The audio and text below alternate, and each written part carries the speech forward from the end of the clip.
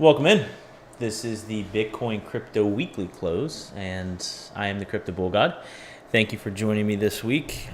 Feels really good to be back. I know last week when I was doing this live stream, it was a pretty brutal Sunday. I was still battling something, still battling an illness, trying to understand really what was going on.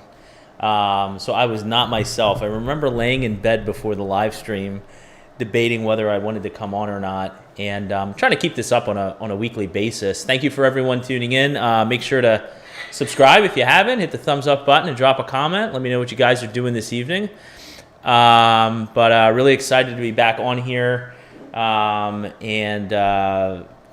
feeling a lot better. I think during this week, when I do the happy hour, the Bitcoin Crypto happy hour later this week, whether it's on Wednesday or Thursday, I'll enlighten everyone in terms of what transpired. And the reason I want to do that is I do think there are certain things that other people could benefit from my stories. So I'll share a little bit about what went on, what I learned, some things I learned about the healthcare system. I actually work in healthcare, but I'll get more into that on the happy hour live stream this week. But thanks for tuning in, as always. What I like to do on the weekly close, what we're going to do is we're going to take a look at several charts, several key charts. We're going to talk about what we're seeing on a weekly time frame perspective. We're going to focus only on the weekly time frame. We're not going to, again, look at any other time frames like a daily or monthly or 4 hour. We're just going to look at the weekly view on all these charts. And then if anybody in the comments section has a chart or two that they'd like me to take a look at and chart on a weekly basis, we can certainly do that. I'll try to mix some of the charts up from week to week and not be so stagnant in terms of the charts we're looking at. I mean, there are certain key charts that are going to be very important that we look at, like Bitcoin, Ethereum, Bitcoin dominance, the DXY. Those things are very critical. So I can see myself hitting on that every single week that I do these live streams. But there'll be other crypto charts. I'll try to throw up some new ones. I tried to throw up a few new ones today that I haven't looked at with you guys yet. So we'll take a look at. So this evening, I've already eaten dinner, obviously. It's late here. It's 8 p.m. Eastern Standard Time nearly. But has anybody ever had any hop water? It's non-alcoholic, but it has stuff in it that's supposed to be, well, first off, this is a refreshing, crisp, citrusy, piney flavor. But there's stuff in it to help you de-stress and unwind, which I could certainly use today. And it's also for mood and cognitive performance. So hopefully it'll help my mood and my cognitive ability to chart some things, because my brain's all over the place today. So, but yeah, not too much going on, not too much coming up this week. Just looking forward to seeing how some of these charts close, and we're going to kind of get into it. We can get into it a few minutes before things close here, but this is kind of a pivotal week, in my opinion, for crypto, because we're closing out. First off, we're soon going to be closing out the month of August. We're going to be entering a new month, September, which historically I believe tends to be more of a historically bearish month for crypto. That doesn't mean every year September is bad for the markets or cryptocurrencies in general, but I believe on average September turns out to be not one of the more brighter months. And then once we get through September, we're going to be in the fourth quarter of 2022, which is insane to think that we're going to be entering 2023 pretty quickly here. And by the way, before we get into talking about Bitcoin here, which is set to close in a couple minutes, I did want to thank everyone who did reach out to me and express, just any thoughts or prayers or concerns. I'm very bad at checking DMs on Twitter. I just got back to someone on Twitter. They sent me a DM back in March. I didn't even see it until now. So I'm very bad at checking DMs, but I just wanted to express appreciation for anyone who reached out. I really do. So let's kind of get into things here. Bitcoin is getting set to close on the weekly. And there's kind of two moving averages I have listed here. Let's actually just focus on one of them. Everybody hopefully is familiar with the 200 simple moving average, the 200 weekly simple moving average. Historically, this has been a bounce area. If we go back in time, you can see back here in 2015, you can see back here in 2018 and 19, and then again when the beer virus hit in 2020, we've typically, if we've gone down here, we haven't stayed below the 200 simple moving average for very long. So this has been a bounce area. Now, as you can see right now, price is just sort of gravitating in this area, okay? And that's okay, but what we really want to see to express strength in the price is we really, and I've hit on this before, we actually closed below here, and I said it was very bullish that we were getting back up above the 200 simple moving average. Well, this weekly candle wasn't the greatest thing to see, because as you can see, we're going to close below the 200 simple moving average. It's around 23,000. And this weekly candle is set to close in a few seconds here. It's going to close around 21,500, okay? So it's not the end of the world, but it is expressing a degree of weakness within price, which is not what we want to see. So what we really want to see once this new candle opens here, which is going to open in a second or two, we really want to see this candle open right around here and begin to push up. We really want to stabilize around this 200 simple moving average area and continue to push up. What we don't want to see, okay, very simplistically put, now that we've closed below, okay, now we've officially closed the weekly. Should I do that for the weekly close, I guess? All right, so all the weekly candles have closed out. We're opening up a new weekly candle. What we don't want to see, as you can see, we've closed down here. We don't want to bounce up against the 200 SMA and have it act here, bounce up against this 200 SMA and have it act as resistance and continue falling lower and create a lower high and a lower low and a lower high and lower lows, okay? That's not what we want to see. Do I think that's going to happen? Most likely, no. I do not most likely think that's going to happen. I think we're going to see some sideways chop in this area until we gain some footing to move up. And again, I've shared way too many charts and data science models on Twitter. If you're not subscribed to me at Crypto Bull God, and on YouTube, and I share other views that other people share to just feel convicted that this candle here really, I feel very confident that that was our bottoming candle. Okay, so I am expecting some sideways chop, but we really want to, at some point, we need to see some volume come in. We want to push up above here, definitively push up against this 200 simple moving average on Bitcoin's chart, and begin to continue moving up, creating higher highs and higher lows. That's what we want to see. Now, there was one other moving average that I had on this chart, and this is one of these moving averages that I haven't seen anybody else talk about. I have spent some time talking about it on the 3-day chart. It's the 125 simple moving average, okay? Now, the way I came up with that is, sometimes when I'm evaluating charts, I'm trying to come up with creative ways in which I can discern what may be taking place in the chart that other people are not looking at, right? I really try to, if you've been following me for a while, sometimes I try to come up with unique ways to look at the charts. So there was not anything really scientific or crazy about how I came up with this moving average. I simply said, hey, a lot of people use the 200 simple moving average and a lot of people use the 50 simple moving average. Chartists use those moving averages very commonly on charts to evaluate price action. So I just took those two, averaged them together, and said, well, let's just take the midpoint and look at the 125, okay? So this 125, as you can see, it's not my opinion, it's just a fact, it holds some historical meaning to it. You can see back in 2016, once we got up in this area, after we fell below it, once we got up in this area and sort of gravitated here and held candle bodies above it, we had a massive move up.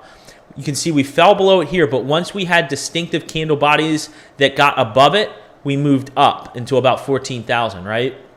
Same thing. Once we had our beer virus crash and we got back above it, we had our big move up. We're below the 125 simple moving average right now, okay? So really what we want to see once we have definitive price action, this is what I'm going to be evaluating on this weekly chart, okay? And I would encourage you to do the same thing. You can pull this up on TradingView.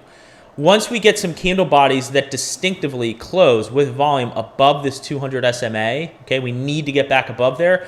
Let's watch this 125.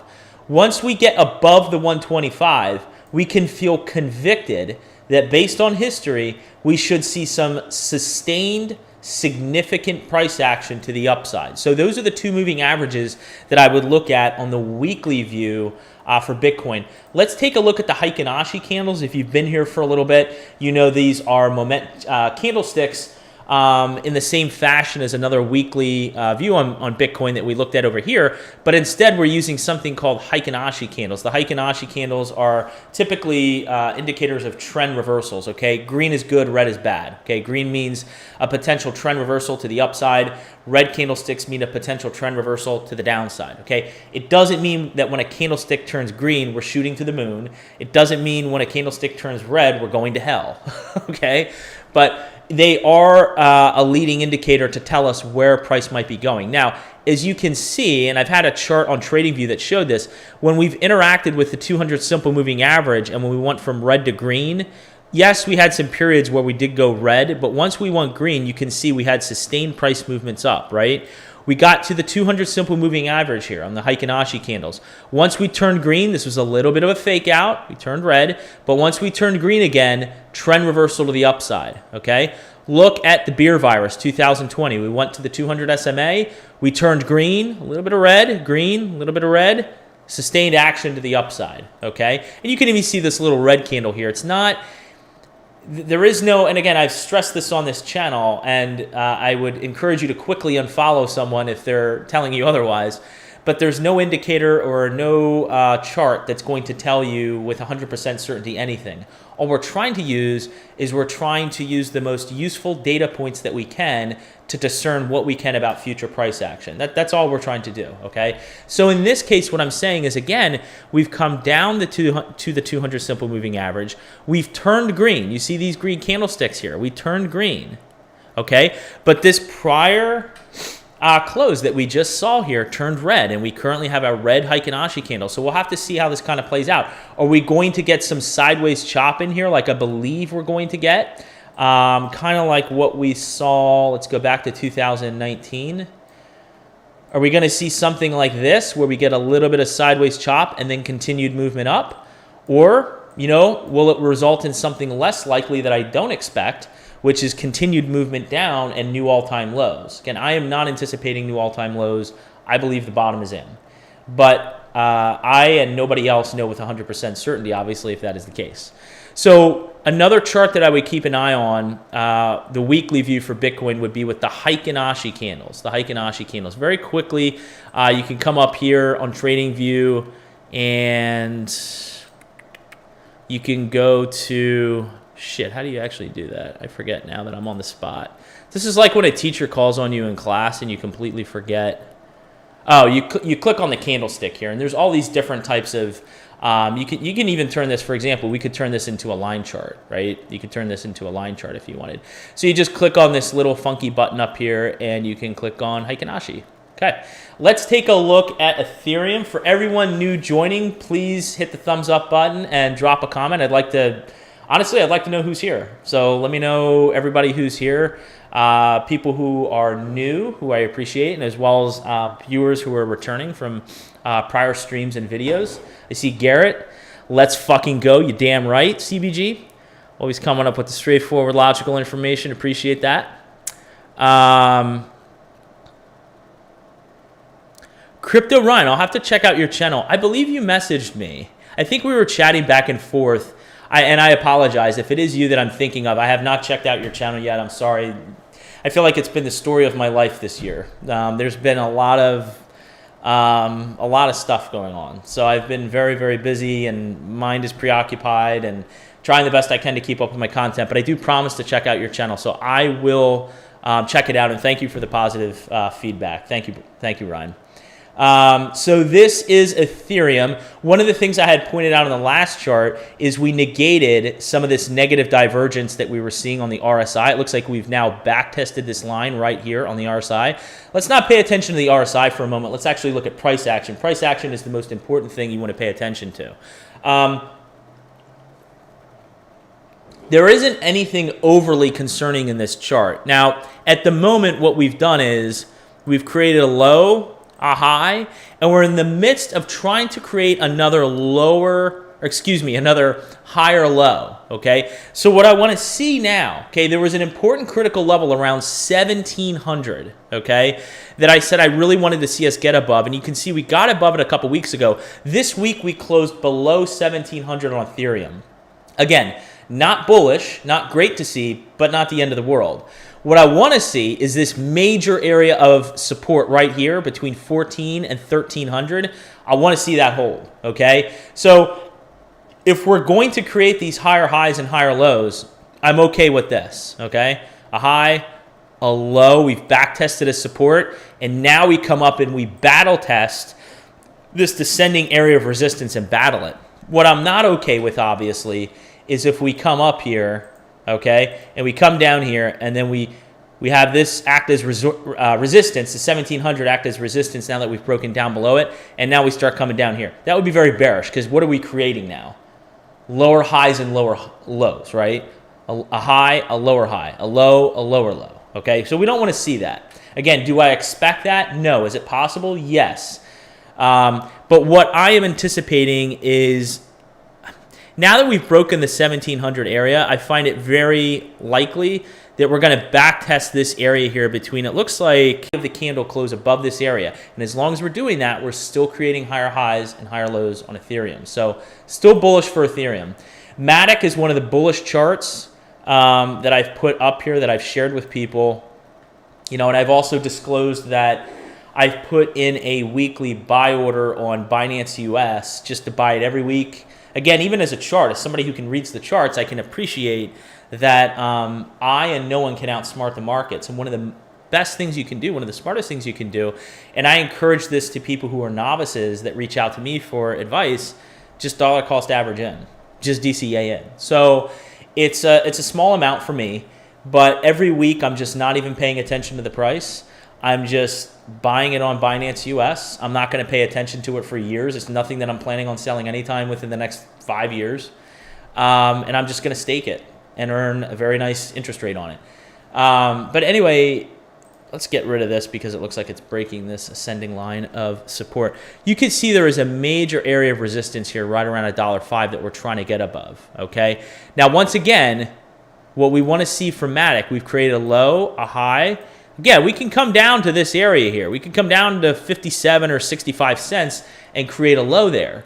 And all the meanwhile, you'll have emotional people saying it's the end of the world. We knew a correction was coming. Bitcoin's going to 10,000.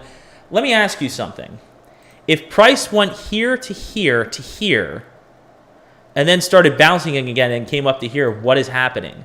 Higher highs and higher lows. So I would not freak out. But what we do want to see is we do want to see this low here, okay? This around, I can't believe you had an opportunity to buy at 30 cents.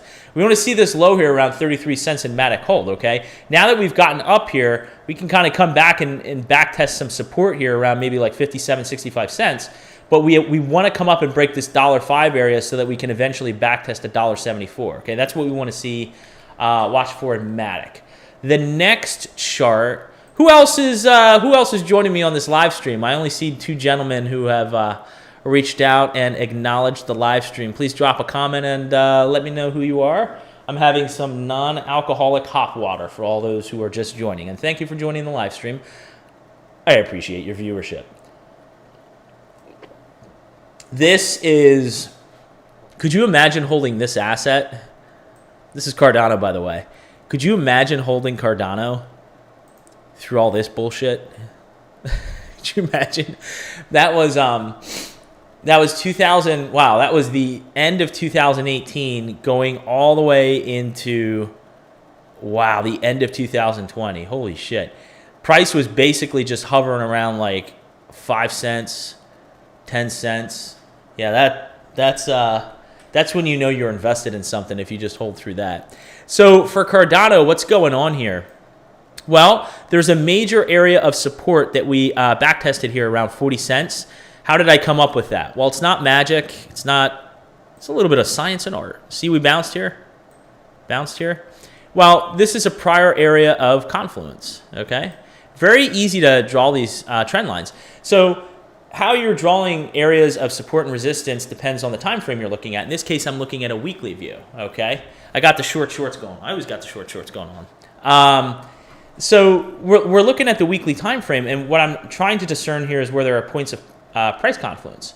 So you can see there's a wick here, a wick here, a wick here, a wick here, and once we broke above it, that's when we started moving out, right? And you can actually see there's more price confluence all the way back here. We actually, once we broke below this area, you can see we tried getting back above it, and we couldn't get above it. 40 cents is a major area of support for Cardano. So it's very nice to see, even though price plummeted from $3.16 down to 40 cents with the rest of the market, it's nice that 40 cents held. So what we want to see now, this should not be green. That is an area of resistance. What we want to see now is we want to see the 40 area cent hold, and I'm sure you can expect what I'm about to say at this point.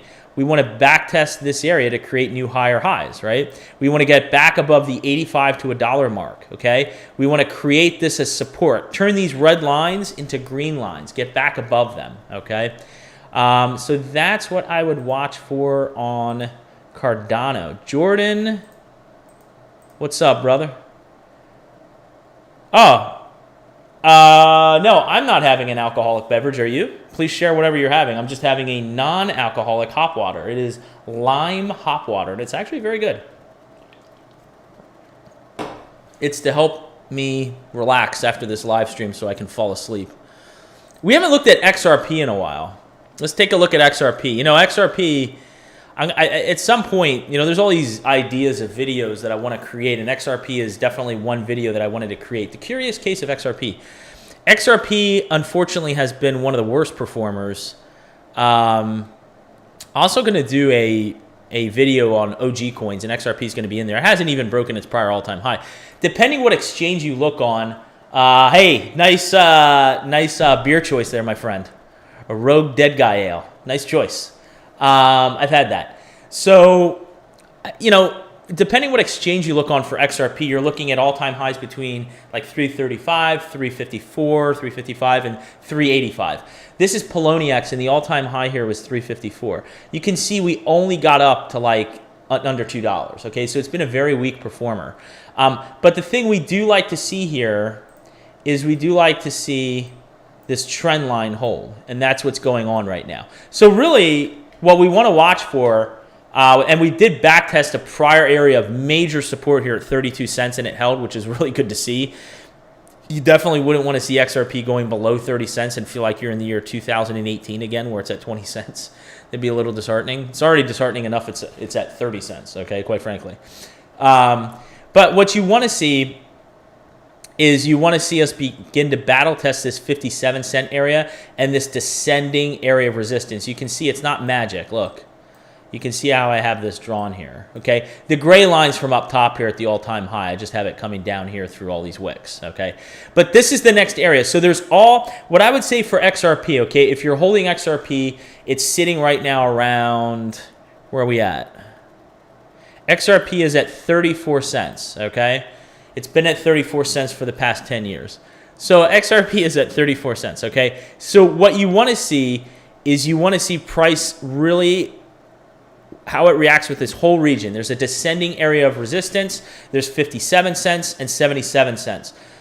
Once we clear 77 cents, you should start to feel a lot more bullish, because now we have this descending area of resistance and $1.35 to contend with.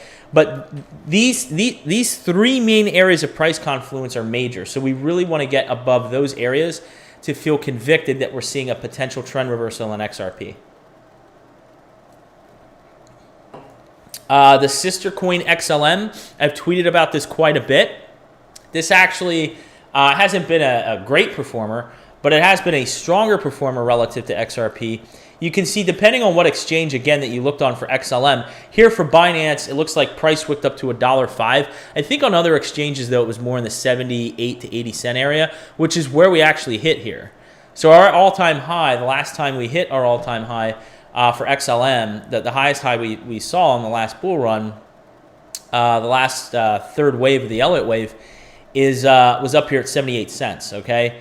Now, what I've drawn here is, to me, this looks like a cup and handle. I mean, this is a cup, and this is a handle, a falling wedge, okay? So at some point, I'm just looking at the pattern. This isn't, I'm literally just reading the chart and showing you what the pattern is, okay? At some point, this pattern suggests to us that we should see a massive break to the upside. I mean, I still feel that a $3 XLM is very possible. I feel that a $3 XLM is very possible. This thing is sitting at 11 cents. So yes, $3 over 11 is roughly a 30x return, okay? Just under a 30x return. But I think that's very possible. Let's look at DigiByte, and then I'm going to check the comments real quick. It looks like there's a few comments in here. DigiByte, I've tweeted about this one for a while. I do hold, I hold a lot of these tokens, actually. I'm not going to go through and share with everyone every token I hold, but I think everybody knows I own XRP, XLM, Bitcoin, Ethereum, Matic, Holy Crypto Trinity's up here. I own a lot of these. And I do own, I own quite a bit of DigiByte. Again, pattern recognition, just stare at the screen. Do I really need to say anything? You can see the ascending line of support here that has held to this day. You can see the pattern recognition, 1, 2, 3, and we're pending 4. Need I say more? So for DigiByte, this thing could really, this could consolidate under here. Look at this, all the way until December, until we potentially break out, okay? You just have to exercise a lot of patience right now. There's nothing overly alarming in this chart that makes me feel nervous. There's nothing that makes me feel extremely bullish in the short term, but in the longer term, months out from now, I feel very bullish on this chart. And I like to see that the ascending line of support here is being held. It's very good. Let's get to some comments here. A lot of talking. Feel my throat. Todd, you're having a Coors Original. That's pretty old school. Cheers, my friend. My grandfather used to drink those. He drank, he liked Coors Light. He liked Coors Light. He would drink Coors Light. He was a man, I don't know if I've shared this with you, my late grandfather, he was a man of moderation. When he used to smoke, he would have 1 cigar a day. 1 cigar, no more. He smoked a pipe. Actually, here, I'll share this with you. He smoked a pipe. I managed to snag this from him before he passed away. Have this really cool pipe, old school. I'm going to get some loose tobacco for it at some time and actually smoke it. I haven't done that yet. But if he did a pipe, he would do that once a day. And if he had a Coors Light, he'd have 1 Coors Light. Now, we all know Coors Light is water and beer, but the man was a man of moderation. He lived a very long life. So clearly he knew what he was doing.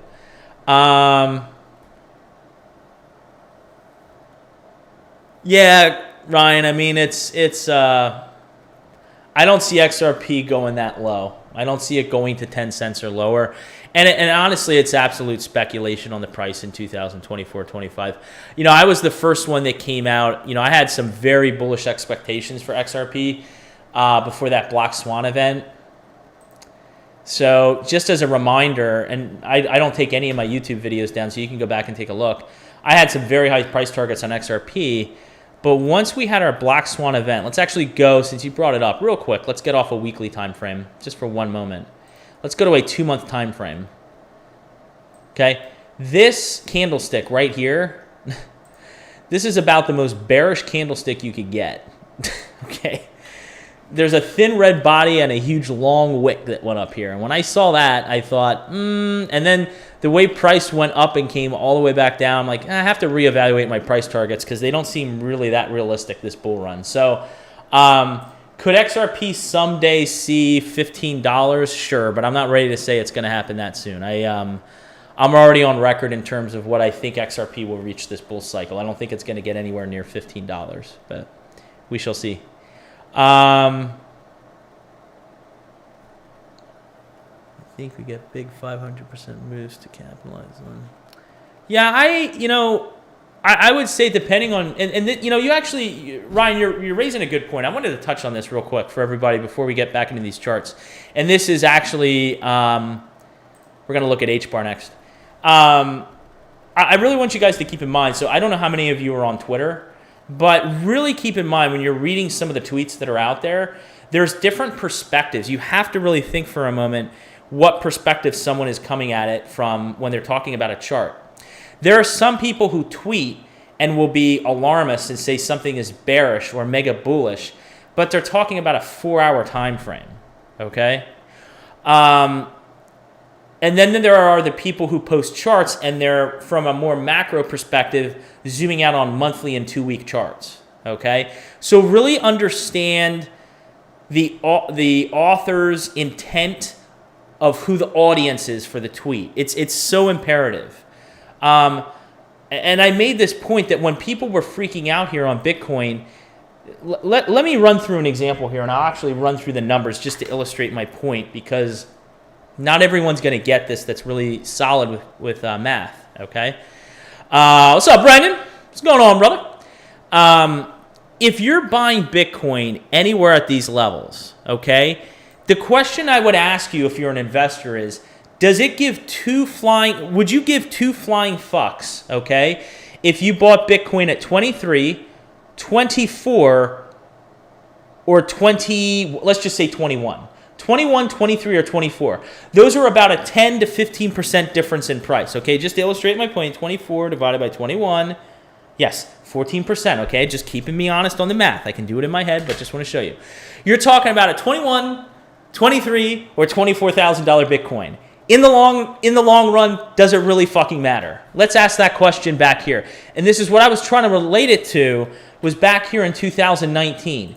Did it matter in 2019 if you bought Bitcoin at 3,200, 3,700, or 3,500? Okay, we're looking at like 10 to 15% swings or more in price. $3,200 to $3,700.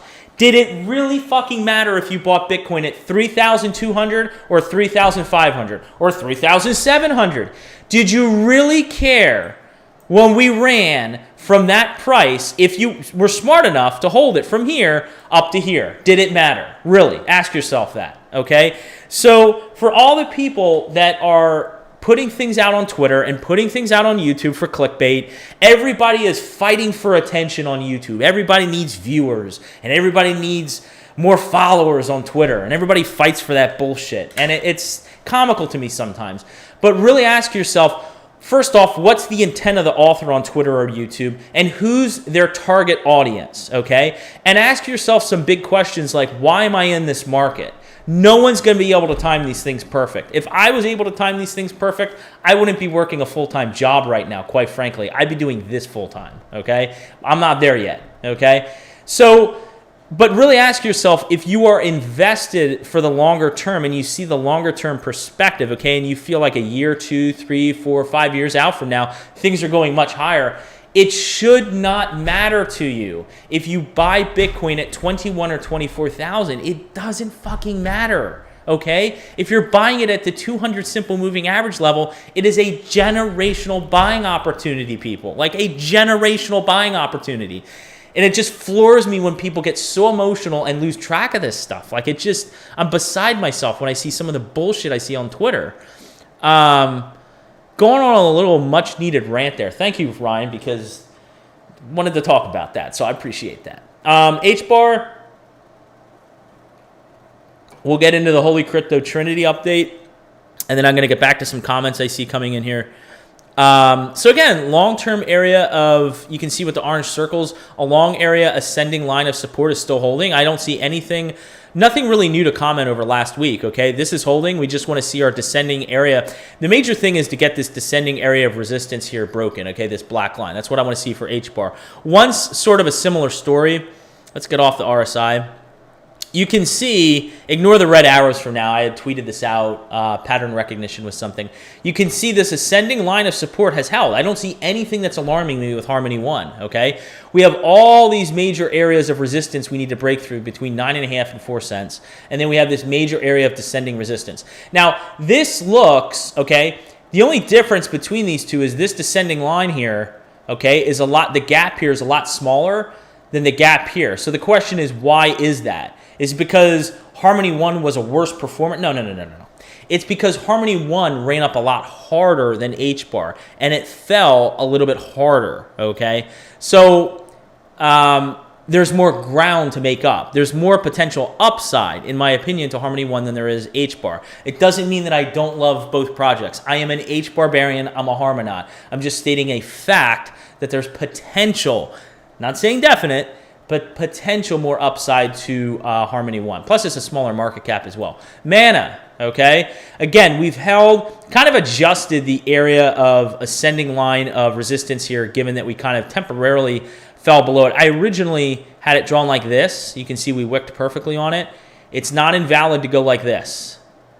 It is not invalid at all because we still have touches, and then a touch here. So we still have an ascending line of support for Mana. Again, one of the most bullish charts one of the most bullish market structures that's out there, you know.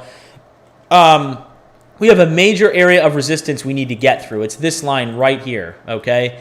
We need to get through this area, which is around $1.10, okay, for Mana. Once we break $1.10, it's pretty clear sailing. We might get a resistance at $1.54 and maybe even $1.35, okay? But there's not a lot of, there's some resistance right in here. So like between $1.50 and $1.35. Okay, so there's some resistance in between $1.50, $1.35. But not a lot of resistance until we get up into this $2 range, okay? Once we smack through $1, okay? Once we smack through that $1.10, all right? Let's see what we got here, comments.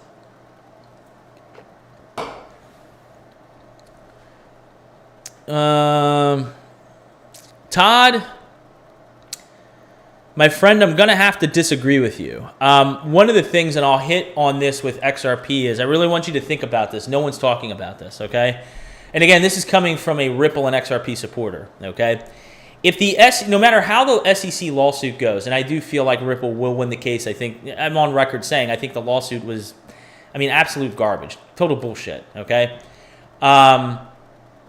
But let's say for the moment that Ripple does win the lawsuit, which I believe they will, okay?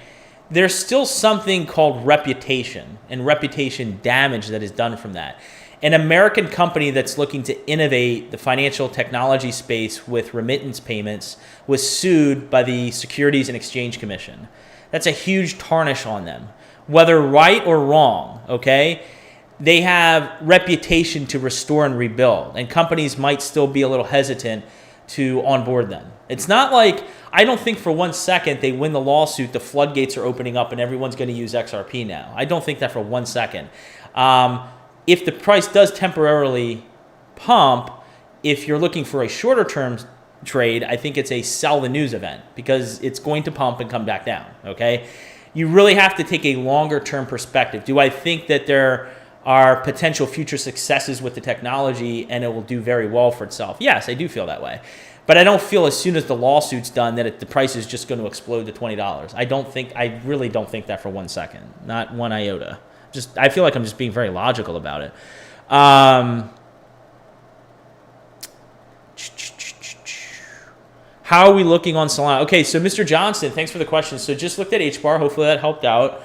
I'll touch on Solana. I don't think there are charts up. I'll touch on that when I can do that. Patrick Guy, good to see you here. Glad to see you on, my friend. Good to see you on. Very happy to see you here. Brendan just finished a workout. Nice. What were you working out today? Typically on Sundays, I was encouraged by someone to take Sundays off every now and then. I really should. Have had a lot on my mind, so it helps when I go to the gym and can let out a little bit of stress and thoughts that I have. So instead of twiddling my thumbs, so it really helps me to go into the gym. So days off have been far and few in between.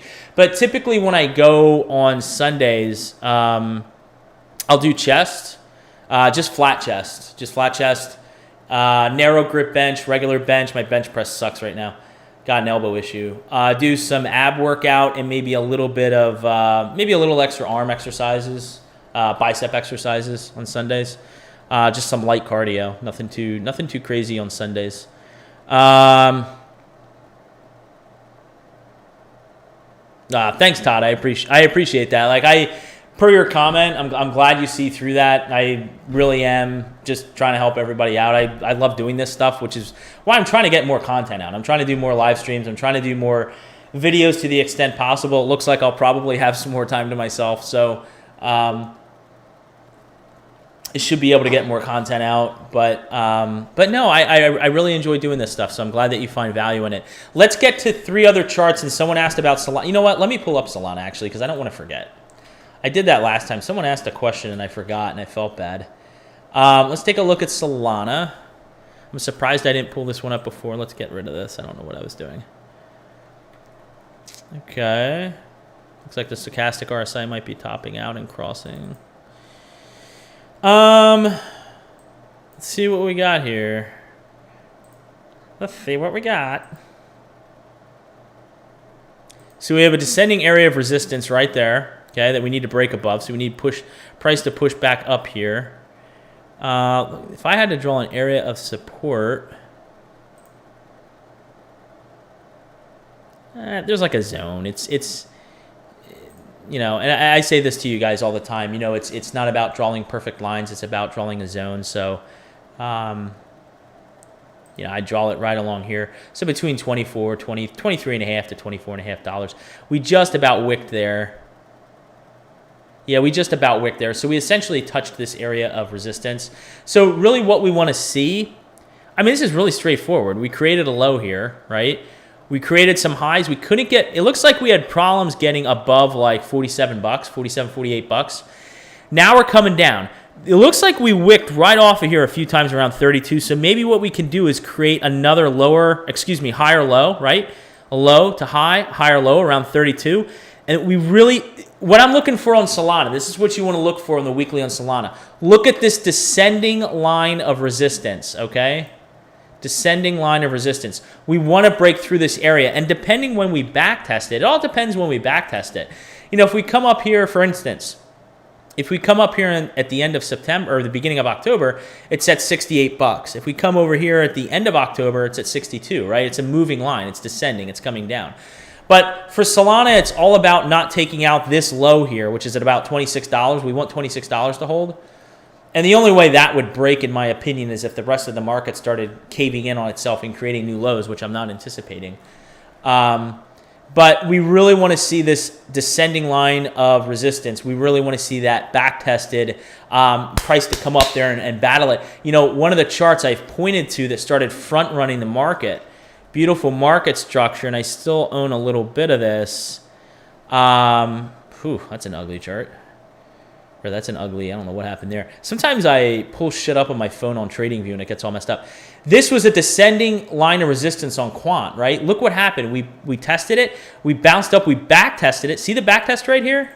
See, this is so beautiful. We broke the descending line of resistance. We back tested it, and ever since we've been moving up, and now we have all these other areas of resistance to move for. Quant, in my opinion, is sort of front-running some of the market. So this sort of price action is what you want to see in a lot of the other charts. This is what you want to look for in Solana and a lot of the other ones.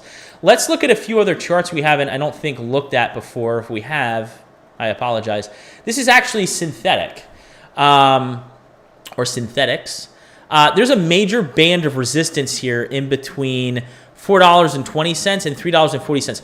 Why am I pulling this one up? Well, first off, I've noticed this one making some moves. It had dropped in market rank all the way down to like don't quote me, but like 130, 140. It since has broken up into the top 100 into the 90s. I don't know if it's still there. But it was really making some moves, some aggressive moves. But you can see what we're doing is, so I don't know. I would keep it on your radar list personally. I know I am. Almost tested it here. But we have this, basically we just have a channel that we're just, coming down through, right? So the question is when and if we're going to break out of this. I don't think it's so much a question of if, but the question is when are we going to break out of this? Because when we do, this thing in my potential, once we break out of this and kind of back test this area around $4.20 and we test it as support, and then we start creating some higher highs and higher lows, this thing has the potential. No, again, I'm not guaranteeing you anything. This thing has the potential to run. It can make some very large moves. So I would keep an eye on synthetics personally. Gala, I've been out there that this is my largest shorter-term swing play. You can see we broke out of this sort of falling wedge, and we've since back-tested the 5-cent area as support. I'm still waiting for price. I'm still fully anticipating coming up into this 13 to 10.5 cent range, which also coincides with this descending line of resistance. Also, I've said there is a potential if we break 13 cents for a blue sky breakout to 18, okay? So, excuse me, it looks like 19, closer to 19 cents, but 18, 19 cents. So that's Gala. Nothing new really to update there. And then Loop Ring was one I wanted to take a look at because, this one's been around for a little bit longer. You can see in 2018, we created a high around just short of $4 or $3, excuse me. This was just short of $4. So we created a new all-time high this year. The nice thing to see with Loop Ring is, look, we broke this descending line of resistance, okay? So what I'll be curious to see is now that we've broken back up above it, we're kind of back testing it here. Will we continue to move up and battle test the 50 simple moving average and $1.35, which I've zoned in on as a major area of resistance? So keep an eye on Loop Ring. Loop Ring LRC is another one that can move very, very fast, okay? It typically has moved very, very fast in the past. So I would keep an eye on it. It's on my watch list. I can show you my watch list. I have too many on here, but Loop Ring is, it's right there. So it's on my watch list.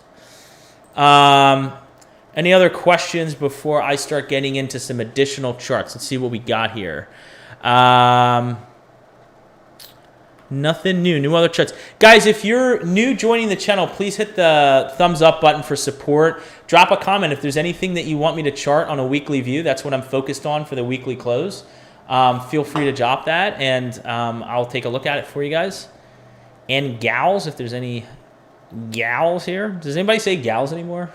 Nobody says gals, right? Everybody says girls, women.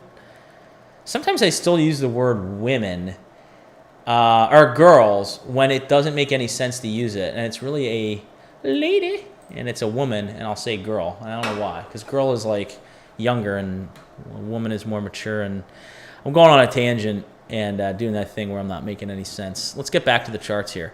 Now, we're going to take a look at some charts we've looked at before, and then I'm going to look at one other chart we haven't looked at before, which is actually the Dow Jones Industrial Average. And I want to hit on something there because, the crypto markets and the stock markets, traditional markets, are correlated, whether you want to believe it or not. So if there are some inferences, this is very good, actually. I'm not a representative of theirs, but non-alcoholic hop water. It's very good. Lime flavored.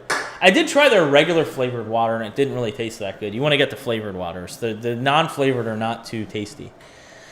So let's take a look at Bitcoin dominance. There's really nothing super new to report. Let's focus on the price action first. What I've been speaking to forever is that there's a descending triangle. There's a bear flag. We had a fake out where we temporarily invalidated the pattern. We've re-entered it. When you re-enter a pattern, there's a very high likelihood that it'll play out. No guarantee, but a very high likelihood. Again, a basic premise in charting, okay? I'm just telling you a basic premise in charting that anyone who reads charts would tell you. We tested this and it acted as support. We tested this and it acted as support. We tested this multiple times and it acted as support. If, and I think it's a matter of when, we come down and we backtest the 39% area on dominance, this area is going to be so weak that it will break, most likely. We've now backtested it so many times that it's going to break. So the question you have to ask yourself is, what happens when it breaks? Well, when it breaks, now we're talking about entering areas that we have not seen in Bitcoin dominance down here that we haven't seen since 2018 when we went on our massive run, okay, when Bitcoin dominance hit its all-time low. Altcoins were surging in value. They were stealing market share, okay, and that's why Bitcoin's market share or dominance decreased. Very simple observation. So, and then what I would anticipate at that point is if we're hitting it again, some sideways chop, maybe we backtest this area. I've kind of spoken to this on another video. And eventually just creating new all-time lows going into, at some point in 2023, which is where we would have, some mega runs in altcoins. That's just my own view, but nothing super surprising or crazy to see here on the weekly close for Bitcoin dominance.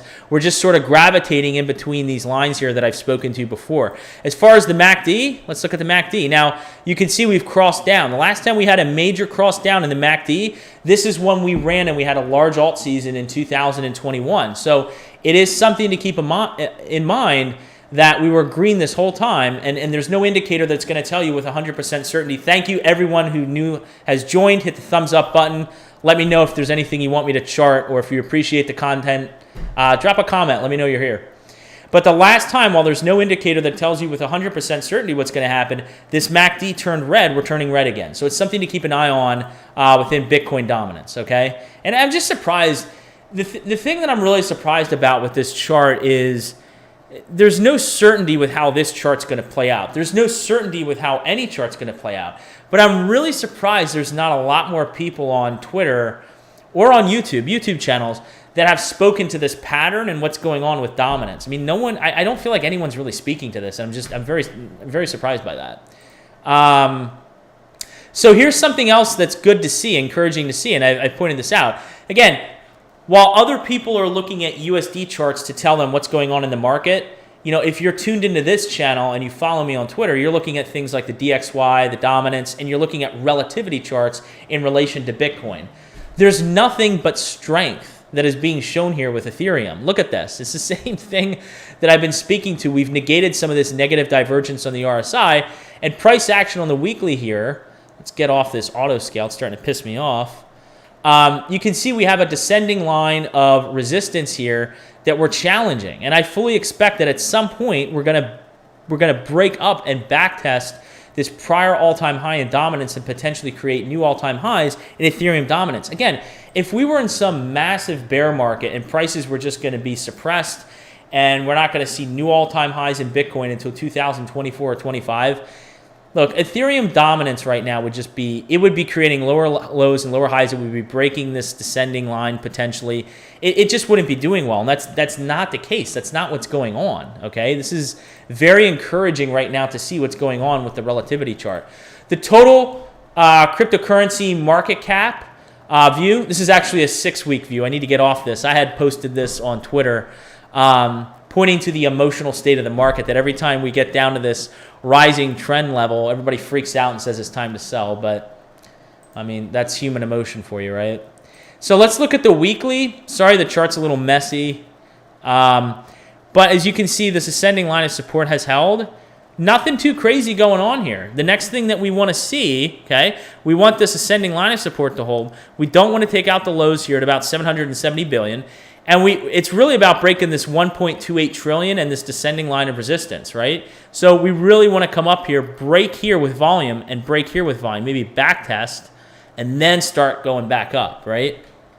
So nothing too crazy on the, not the most bullish of candlesticks here. But again, we're in a very volatile market, so you're going to have a lot of volatile candlesticks being represented within these charts. So not a great candle here to see how we close the week, but nothing overly alarming so long as we continue to hold the higher highs and higher lows, okay, and begin breaking some of these areas of resistance. This is total 2. It's all of the market cap excluding Bitcoin. Similar sort of story. I'm going to have to, unfortunately, change this green line to red since we broke below. It had a little bit of a area of support there that we got back above. So again, what I want to see here, look, a low, a high, maybe we come down here, okay? Now I want to break this area. I want to break this area, maybe back test it, and continue moving up. Again, there's nothing alarming about this chart when you take a zoomed out approach, right? Just look at what I'm speaking to. This, okay, if we just zoomed in on this one candle, it's not great. If we went in on a daily and we looked at this one candle, it's the end of the world. But if you actually zoom out, okay, and you see that we've been bouncing, creating higher highs and higher lows, there's nothing to get freaked out about.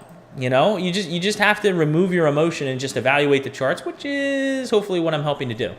Last crypto chart, okay, besides if anybody has any questions. And I see there is a question coming in, so I'll get to that. This is all of the cryptocurrency market cap excluding Ethereum and Bitcoin. So these are all the other altcoins, okay? And again, it's the same sort of story. It looks very similar to Total 2. It looks very similar to this. Look at this pattern here. And look at what's going on here. Again, we've continued churning up. So what do we want to see? Well, there's a shit ton of price confluence right in here. Right in between 247 billion and 262 billion.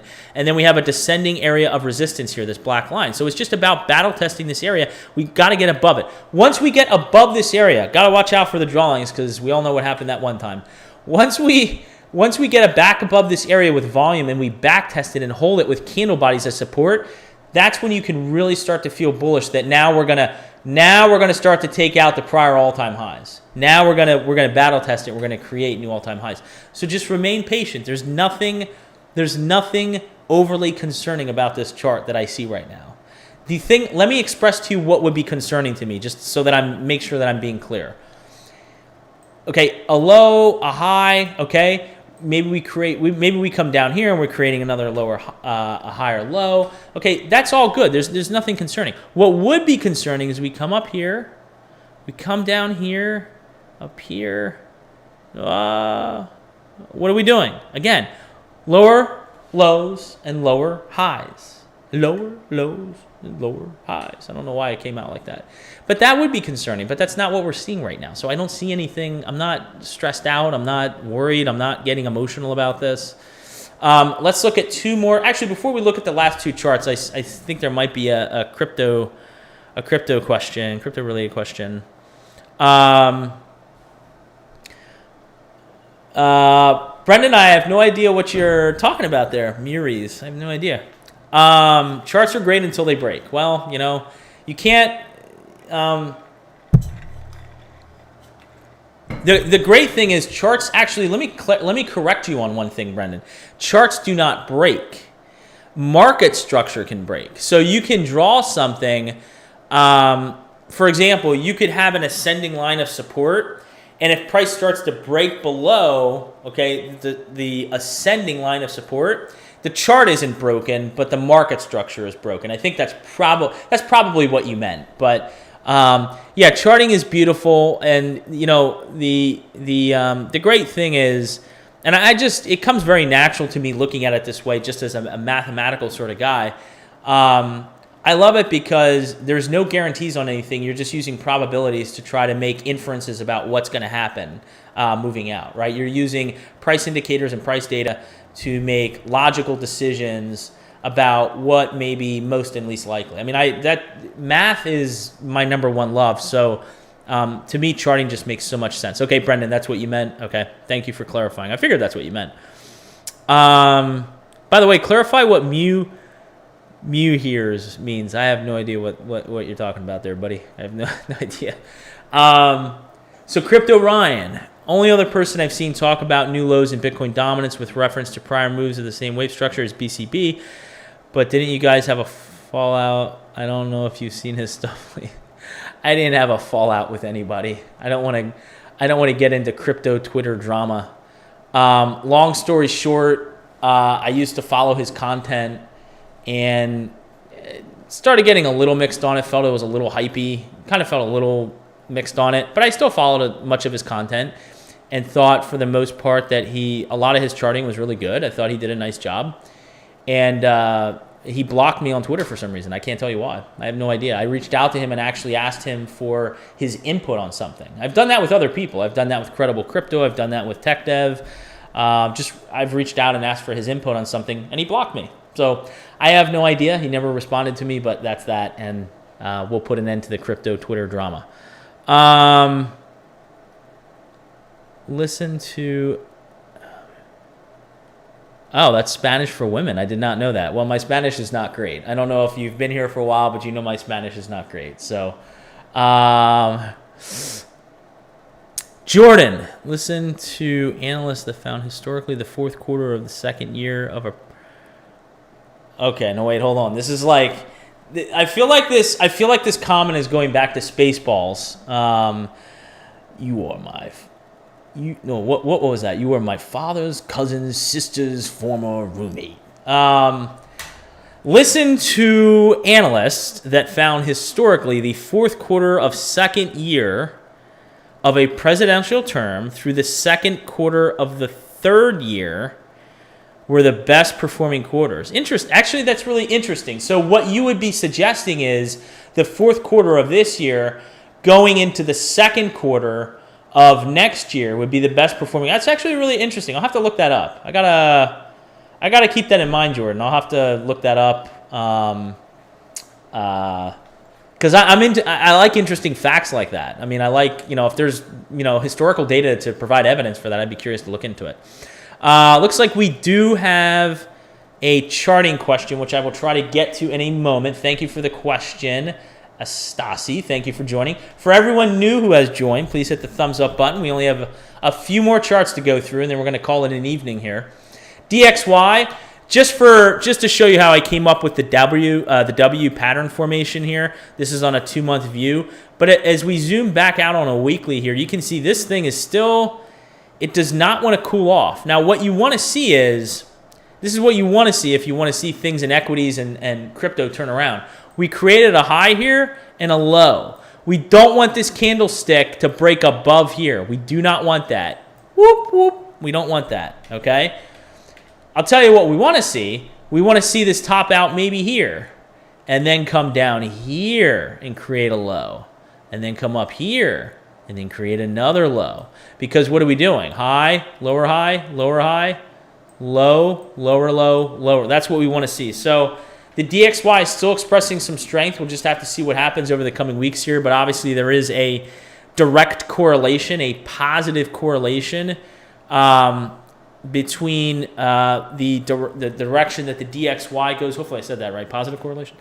The way that the DXY goes and equities and crypto goes is the DXY is going up. Typically everything corrects. As DXY is going down, typically everything is running like crypto and stocks. So perhaps that's negative correlation. No, they're positively correlated. Now I'm confused. I'm going to have to Google it after this live stream because now I feel like a giant goober for not knowing.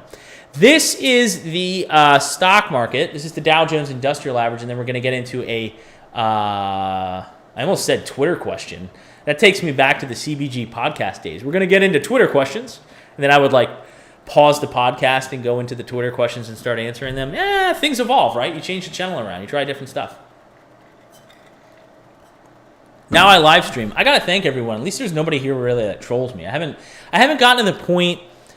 I guess thankfully I haven't gotten to the point where I'm recognized enough and there's enough subscribers on here where I start getting a lot of trolls. Although I can see that being entertaining. If there are a lot of trolls here, I can kind of see it entertaining. I would either mute them, ignore them, or kick them out. But thank you for everyone for actually adding value to the channel. I very much appreciate it. This is the DJI, the Dow Jones Industrial Average. Now, the reason we want to take a look at this is because the stock market and crypto markets are very correlated. So if the stock market is not doing well, crypto's not going to do well. And it's a very basic premise that cryptocurrencies are a risk-on asset. So if the entire stock market is not doing well, people are not going to be wanting to be risky with their investments, right? And cryptocurrencies are one of the absolute most riskiest things that you can invest in, okay? So there's going to be a downfall in crypto if there's a downfall in stocks. And if stocks are rising, typically crypto is rising, okay? So what I want to watch for here, okay, we have a 200 simple moving average, and we have in pink, and we have in blue actually a 100 simple moving average. And then in purple, let's take off the 200 for a moment because I want to hone in what you want to watch for on the Dow. We have a 50 in purple and a 100 in blue, okay? These are the things I want you to watch for. Now, as you can see on the weekly, we had a little bit of a fake out. Let's go back in time here. If you go back to 2008, look what happened here. When the 50 crossed below the 100, and it was a little bit of a lagging indicator because you can see price was already dropping before it happened, we had a massive drop in price. Once we got the 50, look, just follow. The purple needs to be above the blue, okay? Once the purple got above the blue, we were good to go. We had a little bit of a fake out here. Little bit of a fake out, but we continued churning up, right? Continued churning up. Well, right now, you know, things are getting a little interesting here because they're getting a little tight. So what we need to see is, we need to see in the Dow Jones, we need to see price sort of stabilize in here and continue to move up. So these moving averages can continue moving up in this direction.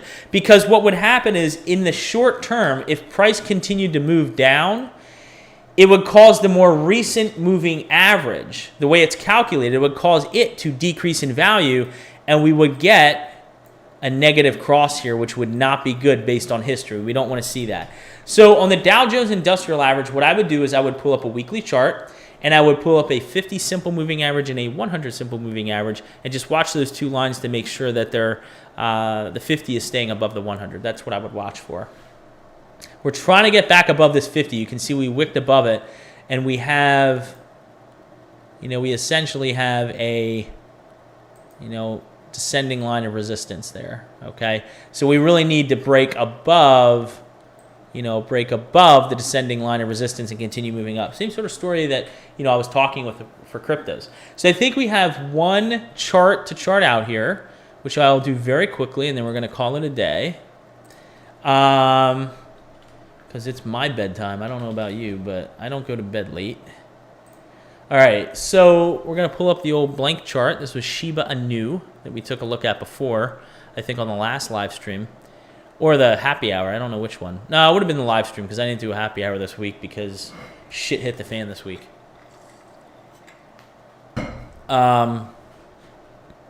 Still very bullish. We broke out of this descending...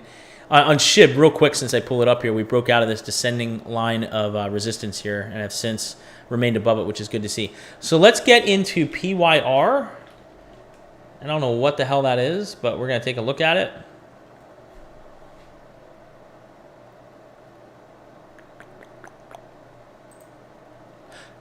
Well, again, excuse me, you can see it's getting late.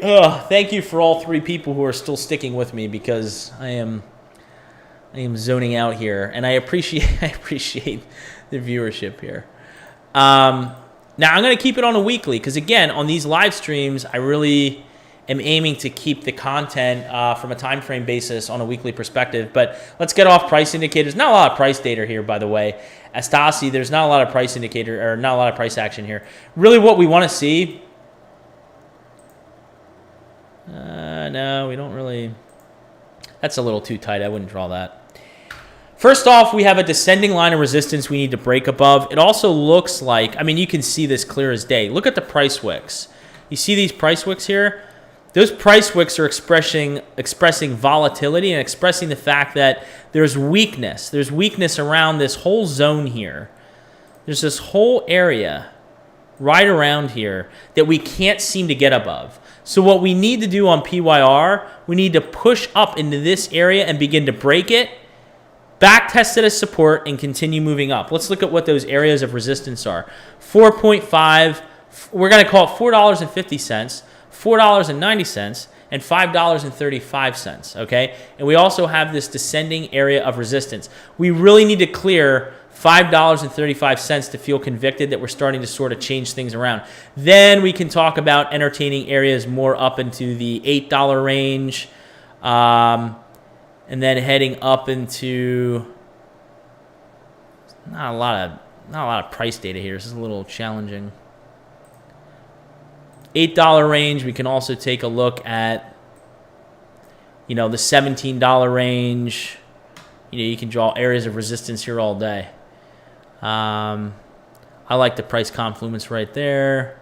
Yeah, so really, we need to get back above $5.35. Looking at this chart right here, that's the key level I would look for. Similar to comments on other charts, the other thing you want to watch for, we created a low here. We don't want to go below here, okay? The only way, in my opinion, all these crypto projects are going to start to roll over and create new lows is if Bitcoin starts to gear us that way, and we really are heading to new all-time lows, which I'm not in the camp of. I do not think that's going to happen. But if it were to happen, that's the only way I see this being taken out, the $2.63 area, okay? So 263 needs to hold. We created a low, a high. Let's create another higher low, and now let's get up here and let's kill that, crush that area up in the $5.35 area. That's what I would watch for.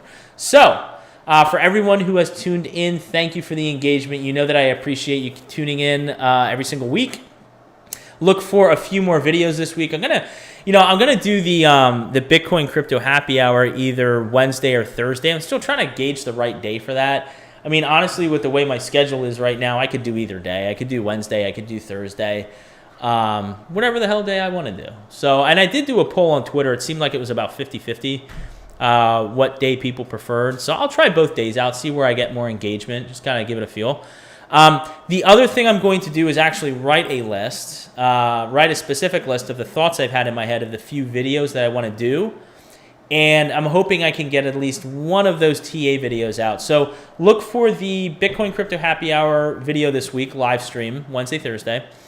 And look for a new TA video this week. I'm not sure which one I'm going to put out. There's a few different ones I've had thoughts about. So with that being said, thank you for tuning in. And as always, spread awareness and That was solid. Carry the education forward. Thanks, everybody. Appreciate it.